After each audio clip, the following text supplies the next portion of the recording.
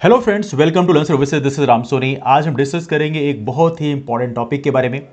ये टॉपिक कहीं ना कहीं जिस समाज में हम रहते हैं उस समाज के जो मुद्दे हैं उसके बारे में एक बहुत ही बड़ा मुद्दा उजागर करता है।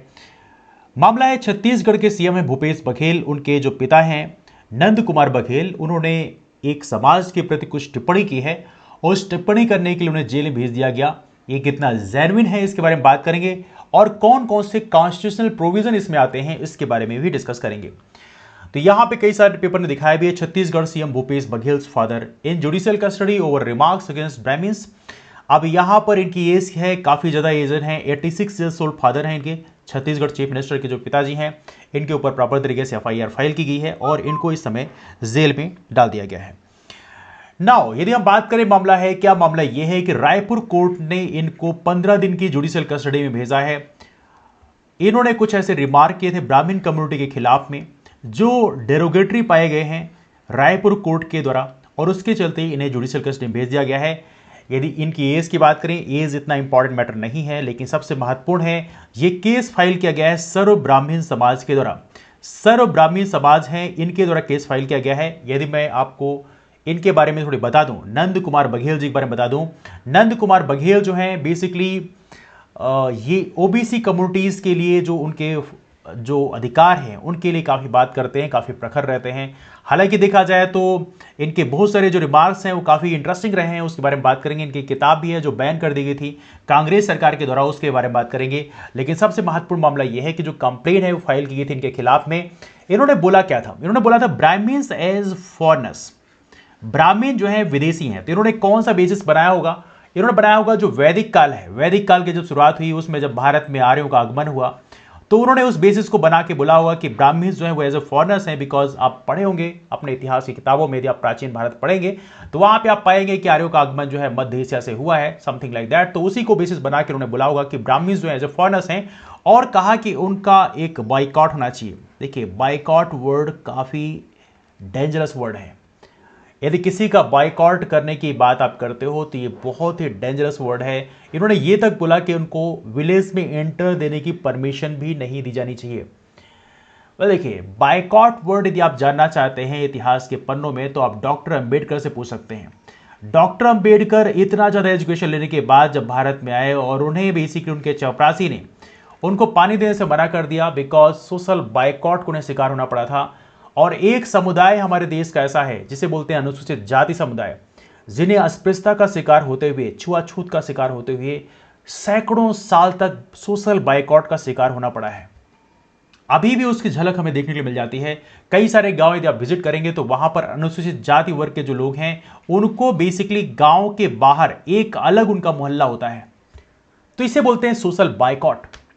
तो सोशल बाइकॉट वर्ड जब आप सुनते हैं तो आपके अंदर बिल्कुल डर सा वातावरण पैदा हो जाता है कि यदि सोशल बाइकॉट की बात की जाती है, that is the very dangerous word.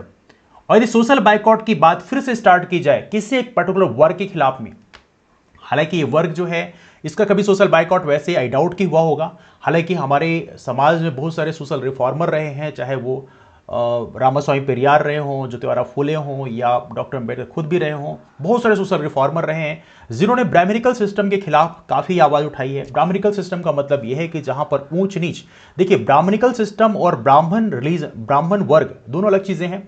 Brahminical system का मतलब यह है कि वो सिस्टम बेसिकली ऐसा बना हुआ है। हाँ, ये अलग बात है उस सिस्टम में ब्राह्मण जो है टॉप में है। तो ब्राह्मणिकल सिस्टम की बात करें वो थोड़ी मनुवादी मानसिकता को फॉलो करते हैं। मनु की बात करें, मनु एक प्रकार से मनु के द्वारा बनाए गए कानून को फॉलो करने की बात होती है। क्योंकि देखा तो जो मनुस्मृति है, यदि हम बात करें मनुस्मृति की, तो मनुस्मृति जो एक प्रकार से पहले लॉ हुआ करता था, कानून होता था। यदि वैदिक काल की बात करें, उत्तर वैदिक काल की बात करें, तो उस कानून में यह था कि यहां पर किसी एक विशेष वर्ग को एक स्पेशल प्रिविलेज दिया जाए। इसके अलावा वहां पे ये भी बोलता है स्त्री शूद्रो न धियताम, स्त्री और शूद्र को शिक्षा नहीं मिलनी चाहिए। तो ऐसे कई सारे कानून पहले बनाए गए थे जिसके चलते एक पर्टिकुलर कम्युनिटी को बायकॉट किया गया था। यदि आप मनुस्मृति को पढ़ें तो वहां से आपको बहुत सारी चीजें पता चलेगी कि एक पर्टिकुलर वर्ग को बायकॉट किया गया था। सोशल बायकॉट हमारे लिए कोई नया वर्ड नहीं है, सोशल बायकॉट हमारे लिए काफी पुराना वर्ड है और उसका जो दर्द है उसको भी हमने महसूस किया है।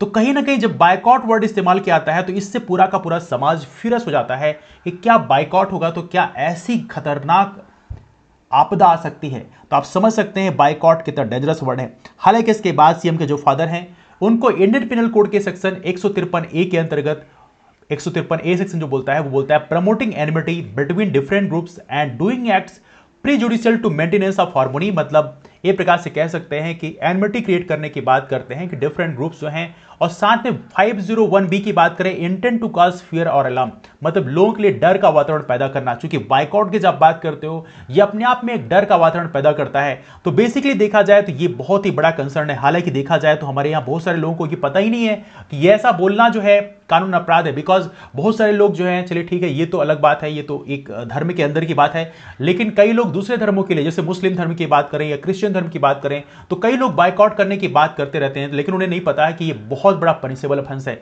यदि मैं आपको यहां पे इस सेक्शन के बारे में आपको अवगत कराऊं तो यहां पे सेक्शन 505 की बात करें तो यहां पे क्या बोला गया है, कोई ऐसा स्टेटमेंट आप दें जिसके अंतर्गत प्रॉपर तरीके से क्लास और कम्युनिटी, कुछ कम्युनिटीज के खिलाफ में आप एक प्रकार से ऑफेंस क्रिएट करने की बात करें या उनके बीच में आप मतभेद फैलाने की कोशिश करें, तो आपको 3 साल तक की सजा हो सकती है और साथ में आपको फाइन भी हो सकती है। तो अगली बार यदि आप कोई डेरोगेटरी रिमार्क किसी रिलीजन के बारे में या किसी दूसरी कास्ट के बारे में यदि आप करते हैं तो आप इस चीज से काफी कंसर्न रहिएगा कि यदि आप ऐसा कोई इस्तेमाल करते हैं, हेट्रेड क्रिएट करने की कोशिश करते हैं, तो आपको 3 साल तक की सजा हो सकती है।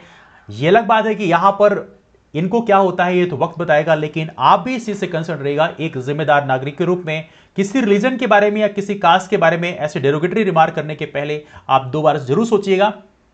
दूसरी बात यहां पर एक और चीज है, सेकेंड पॉइंट है यहां पे सेक्शन 153 की बात करें तो यहां भी बोला गया है कि मान लीजिए कोई आप राइट क्रिएट करना चाहते हैं, लोगों के बीच में बहुत ज्यादा एक प्रकार से अग्रेशन क्रिएट करना चाहते हैं, लोगों के अंदर डर का वातावरण क्रिएट करना चाहते हैं, तो उस कंडीशन में भी आपको प्रॉपर तरीके से पनिशमेंट दिया जाएगा। तो यहां पे लिखा है, क्या लिखा है, पनिशमेंट जो आपको दिया सकता है, पनिशमेंट काफी बड़ा पनिशमेंट है, with imprisonment of either description for term which में एक्सटेंड टू 6 मंथ और विद फाइन और बोथ।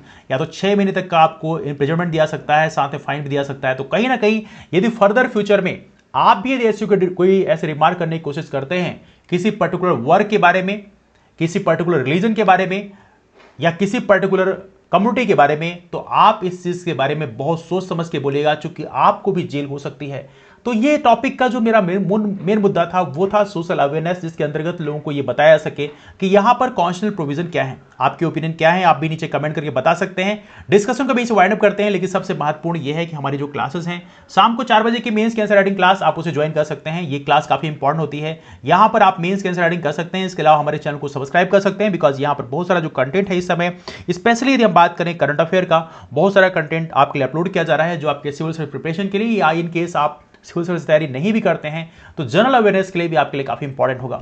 हालांकि यहाँ पे छत्तीसगढ़ सीएम जो हैं भूपेश बघेल, इनके जो पिता हैं नंद कुमार बघेल, इनकी किताब थी जिसे बोला गया ब्राह्मण कुमार रावण को मत मारो। ये किताब भी बड़ी फेमस हुई थी। हालांकि उसके बाद में कांग्रेस सरकार उस समय थी 2001 में, तो उन्होंने बेसिकली उसको बैन कर दिया था।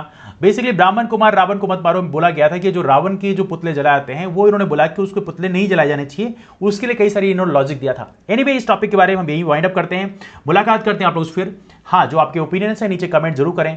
कमेंट करते वक्त इस चीज़ को ध्यान रखें कि थोड़ा सा डिसेंट लैंग्वेज का इस्तेमाल करें, बिकॉज जो वल्गर लैंग्वेज होती है कई बार हम इस्तेमाल करते हैं तो वो चीज़ें बेसिकली यूट्यूब की जो पॉलिसी है उसके अगेंस्ट में चला आता है, तो कई बार मुझे प्रॉपर तरीके से आपके बैन के लिए रिक्वेस्ट आती है, तो आप लोग ऐसी गलती ना करें। एनीवे डिस्कशन में वाइंड अप करते हैं। जो फ्रेंड्स नए हैं वो लर्न सर्विसेज नाम का हमारा टेलीग्राम ग्रुप ज्वाइन कर सकते हैं, वहां पे क्लासेस की इन्फॉर्मेशन शेयर की आती है, तो उसके माध्यम से भी आप हमसे जुड़ सकते हैं। चलिए मिलते हैं आप लोग फिर, तब तक के लिए bye bye and take care.